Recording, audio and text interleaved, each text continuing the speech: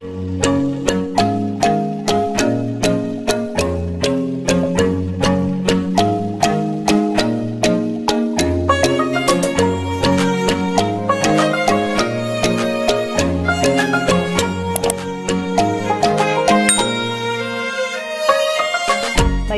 kita kembali ke perbincangan. Kami akan kembali ke Ibu Nunu.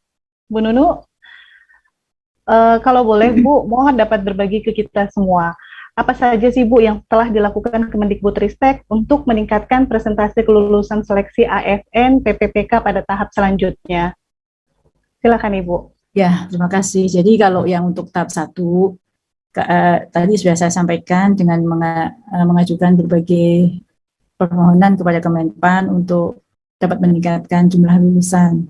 Nah, tentu untuk yang seleksi tahap 2 yang kita lakukan ya sebenarnya masih yang bisa kita lakukan terkait dengan pelaksanaan itu selalu mengacu pada Permenpan RB nomor 21 ya Mbak ya. Namun kami juga menghimbau untuk bagi yang sudah lulus, yang belum lulus, yang akan ikut ujian tahap 2 dan tahap 3 itu terus belajar, meningkatkan diri. Ada guru belajar berbagi di situ, seleksi ASN P3K, tentu yang sering masuk ke kami itu kan kok nggak sama, sebenarnya itu adalah konsepnya. Jadi pengembangannya itu kepada guru-guru silahkan mengembangkannya. Jadi tidak ada yang namanya bocoran soal. Kalau misalnya mau sama persis itu namanya kan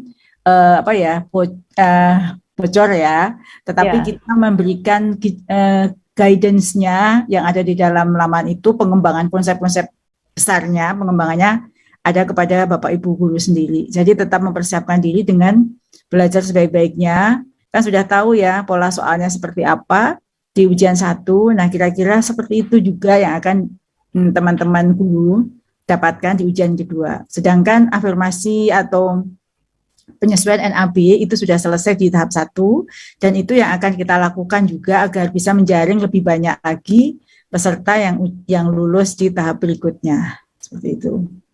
Baik, terima kasih Bu Nunu. Kemudian bagaimana nih Bu cara Kemendikbudristek dalam mengakomodir adanya protes guru honorer yang keberatan karena tidak bisa lolos untuk mengisi formasi pada seleksi pertama kemarin Bu? Iya, terima kasih Mbak. Jadi semuanya itu sebenarnya kembali kepada aturan yang sudah ditetapkan. Jadi misalnya ya saya contohkan ada guru yang sudah lolos passing grade, kemudian dia tidak bisa diangkat. Nah, ternyata setelah kita cek, memang di situ ada misalnya 2 formasi, sementara gurunya ada 5 atau 6 yang memperebutkan formasi yang sama. Otomatis meskipun mereka semua lulus passing grade, tetapi karena yang formasi yang diperebutkan itu 2, pasti ada 3 yang tidak lulus. Itu contohnya. Jadi sebenarnya kembali saya sampaikan bahwa kita berusaha semaksimal mungkin menaati aturan yang ada. Dan kami yakin dan percaya bahwa aturan itu tidak bisa memuaskan semua pihak. Nah, pada saat kemarin ya, setelah setiap ujian itu ada mekanisme sanggah. Sanggah itu bagi yang tidak puas atau merasa dirugikan untuk dirinya sendiri ya, bukan menyanggah orang lain. Misalnya, loh seharusnya saya dapat afirmasi, kenapa nilai saya tidak dapat afirmasi? Seharusnya karena umur saya sekian, kenapa saya tidak dapat afirmasi? Itu menyanggah untuk diri sendiri, bukan menyanggah untuk orang lain. Misalnya, kok dia lulus, saya kok tidak, berarti menyanggah untuk orang lain. Jadi yang sudah untuk dia itu tidak bisa dalam sanggah. Jadi untuk menghindari ketidakpuasan itu bagi yang tidak puas di hasil ujian bisa mengajukan sanggah dan kami akan menjawab sanggah. Jika belum tidak segera ingin mendapat jawabannya, kami sudah menyiapkan layanan helpdesk. Yang mana layanan helpdesk itu bisa telepon langsung ke nomor yang sudah disediakan di call center kami di nomor 1-500-997 pukul pagi 7 pagi sampai 23. Jika ada yang mungkin ditanyakan, saya tidak sempat menjawab, kemudian mungkin WA ke siapa tidak sempat menjawab, atau juga bisa melalui Telegram yang sudah tersedia dan juga bisa melalui portal bantuan di kontak di guru ppk.kemendikbud.go.id. Jadi kami akan sebenarnya kami itu inginnya memang semua guru yang melewati masa grade itu terangkat. Namun kan kita kembali kepada aturan, dan saya yakin banyak pihak yang belum terpuaskan dengan kebijakan ini. Kami sudah berusaha berpihak kepada semua pihak, namun tentu tidak bisa memuaskan semua pihak. Oleh karena itu kami berusaha semaksimal mungkin untuk melayani Bapak Ibu guru yang belum puas dengan bertanya, mengajukan sanggah, dan kami akan menjawab dalam waktu 7 hari ke depan. Baik, terima kasih Bu Nunu. Nampaknya memang sudah banyak sekali ya langkah yang diambil Kemendikbudristek untuk tes seleksi guru honorer ini ya Bu ya. Ya. Terima kasih Bu. Berikutnya kita akan beralih ke 3 narasumber guru kita, Pak Amri, Bu Siti, dan Pak Ade. Bagaimana cara Bapak dan Ibu bisa melampaui passing grade dalam seleksi kemarin? Apa saja yang dilakukan? Mungkin Bapak dan Ibu bisa berbagi tips kepada guru-guru lainnya yang sedang menyaksikan saat ini. Pertama mungkin dari Bapak Amri, silakan Bapak. Baik Bu, untuk saya pribadi Bu, saya selalu memelihara sikap optimis dan percaya diri Bu. Dan juga selalu terus menjaga kesehatan fisik dan mental. Istirahat cukup, tidur cukup, secara mental optimis, berdoa kepada Allah. Lalu saya terus melatih Bu, kecepatan membaca Bu, akselerasi membaca saya latih, sehingga saya percaya kecepatan membaca ini berkaitan dengan time management. Kalau time management kita bagus, kita terhindar dari stres ketika menjawab soal. Jadi kita tidak akan takut kehabisan waktu. Kemudian saya juga mencari berbagai referensi, terutama yang menyediakan soal-soal berbentuk HOTS Bu. Karena saya percaya memang sekarang ini soal akan berbentuk HOTS semua. Jadi saya melatih soal-soal yang seperti itu, contohnya soal-soal ketika saya mengikuti PPG Bu, ketika mengikuti ujian pengetahuan, itu soal-soal hot. Jadi saya banyak membaca soal-soal yang seperti itu. Begitu Bu. Baik, terima kasih Pak Amri. Kuncinya kalau boleh saya ambil memang adalah optimis, percaya diri, dan sering melatih diri ya Pak ya, dengan mengerjakan soal-soal. Terima kasih Pak Amri. Berikutnya mungkin Ibu Siti bisa berbagi praktik baiknya Ibu kepada teman-teman yang sedang menyaksikan. Silakan Ibu. Ya, terima kasih Mbak. Sebelumnya saya bertekad dalam diri sendiri bahwa ini adalah kesempatan yang begitu bagus dari pemerintah yang sudah diberikan. Akhirnya saya mengambil peluang itu untuk belajar sungguh-sungguh. Saya lakukan dengan membaca buku, baik buku IPS kelas 7, kelas 8, kelas 9. Itu itu yang saya baca semua supaya saya mendapat untuk menjawab nanti ilmu pengetahuan yang lebih luas. Kemudian untuk soal-soal yang bentuknya seperti pedagogik itu saya lebih banyak belajar dari internet, dari YouTube, dari Google, karena di situ ada penjelasan, ada pembahasan tentang soal-soal tersebut, mana yang betul, kemudian skornya sudah terlihat gitu, jadi kita tahu kemampuan kita setelah membaca dan melatih menjawab seperti tryout gitu. Kemudian juga dari info GTK Kemendikbud tentunya saya baca, cuman di sana kita harus lebih banyak ini karena kita pakai HP ya, jadi agak kecil gitu, jadi saya juga harus mendownload, memfotokopi soal-soal supaya saya bisa membaca dengan jelas, seperti itu. Kemudian ini juga sewaktu mau ikut ujian, saya lebih rutin lagi membaca. Malam saya rutin baca, terbangun, tidur sambil berdoa, bermunajat supaya bisa lulus. Kemudian saya takut sekali nanti seandainya saya tidak lulus, saya bagaimana akan mengalami kegagalan, saya tidak mau menyesal. Nah, seperti itu yang saya lakukan. Alhamdulillah, saya senang sekali bisa lulus pada seleksi calon ASN Guru P3K pada tahun ini. Terima kasih. Terima kasih Bu Siti. Kuncinya adalah tidak menyia-nyiakan kesempatan ya Bu ya, sehingga membuat Ibu Siti rajin untuk belajar dan melatih diri dan juga tentunya berdoa kepada Tuhan. Betul, Mbak.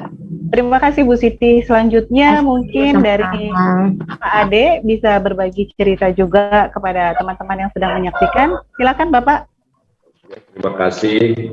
Untuk saya dalam mempersiapkan diri menghadapi seleksi ASN P3K, yang pertama memang seperti Pak Amri tadi katakan, kita beroptimis bahwa ini adalah kesempatan kita untuk mengikuti seleksi ASN P3K yang mungkin kita tidak bisa untuk ikuti CPNS karena usia kita yang udah lebih dari 35.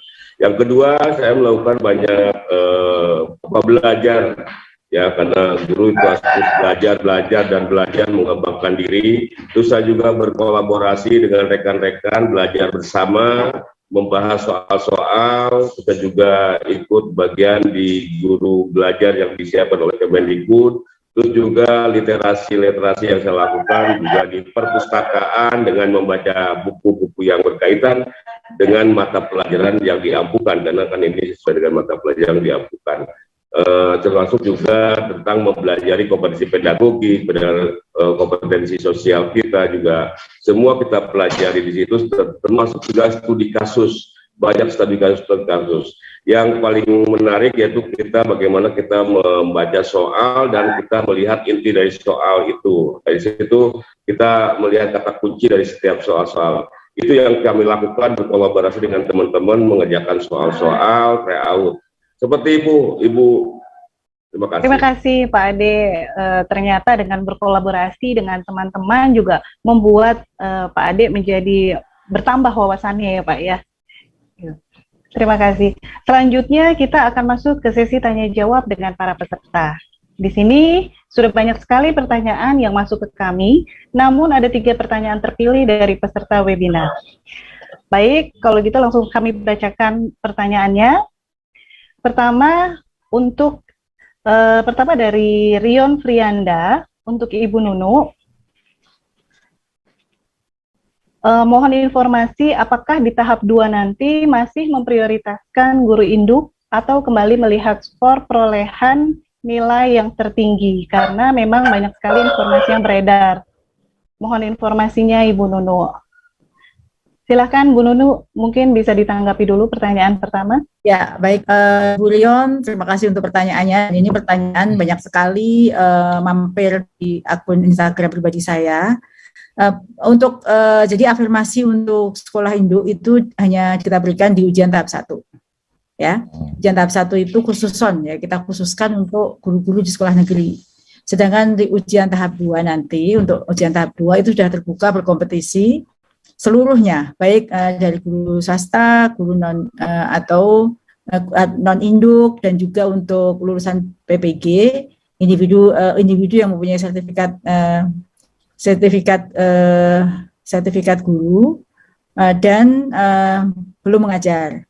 Kemudian, namun ada perbedaan dengan seleksi ketiga. Seleksi kedua ini boleh memilih sekolah lain, bukan di sekolahnya sendiri, tetapi masih dalam satu daerah kewenangan. Jadi formasinya sudah berkompetisi dengan seluruhnya. Jadi kita melihat nilai tertinggi sebagaimana yang ada di dalam Permenpan.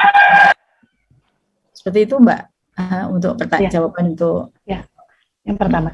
Terima kasih Bu Nunu. Kemudian selanjutnya ada pertanyaan lagi Bu dari Sherlita Marta Rovinda, seorang guru honorer sekolah dasar. Apakah di tahap 2 guru sekolah induk masih mengunci formasi seperti halnya tahap 1? Mohon penjelasannya karena saat ini sedang simpang siur berita tentang hal itu di media sosial. Terima kasih. Ya, ini jawabannya sama dengan yang pertama tadi. Yang pertama tadi sudah tidak ya. Jadi untuk semua formasi sudah terbuka untuk dipilih oleh seluruh peserta di daerah kewenangan yang sama. Jadi kewenangan yang sama itu begini, calon guru di Kabupaten Ciamis itu boleh memilih, kalau mereka kabupaten ya, guru SD SMP boleh memilih lintas sekolah di Kabupaten Ciamis. Bukan di sekolah induknya saja, boleh milih mana yang menurut yang bersangkutan paling diinginkan. Kemudian untuk yang SMA SMK, Provinsi Jawa Barat boleh memilih sekolah SMA SMK antar kabupaten dalam satu kewenangan provinsi. Itu jawabannya ya, sudah tidak dikunci lagi. Bisa lintas daerah ya Bu Nunu ya. lintas Ya. daerah, satu lintas sekolah, kampung. lintas satuan pendidikan, Satu. satu daerah kewenangan. Baik, selanjutnya dari Yuswandi dari Aceh ini Ibu, apakah Kemendikbud juga akan merencanakan tes PPPK bagi tenaga kependidikan, mengingat sudah banyak tenaga pendidikan yang bertugas bertahun-tahun tetapi belum mendapati kejelasan jenjang karirnya dengan bayaran yang jauh di bawah rata-rata. Mohon penjelasannya Ibu. Ya, terima kasih Mbak. Jadi untuk tenaga pendiknya itu memang dari Kemenpan RP-nya belum ada formasi untuk tahun 2021. Tahun 2022 pun sama, jadi dari Kemenpan RP itu belum ada formasi untuk tenaga kependidikan, namun Kemendikbud tetap mengusulkan sesuai dengan kebutuhan. Apakah nanti usulan itu diterima atau tidak, kami sudah mengusulkan ya, semoga harapan teman-teman tendik yang sekarang ingin mendapatkan kepastian status dan juga kesejahteraan sebagaimana teman-teman guru dapat terrealisir. Namun sekali lagi saya sampaikan ya, Ibu semua, bahwa kewenangan untuk menetapkan formasi itu adalah di Kemenpan RB, sedangkan kami, Kemendikbudristek itu mengusulkan formasi, dan kami sudah mengusulkan.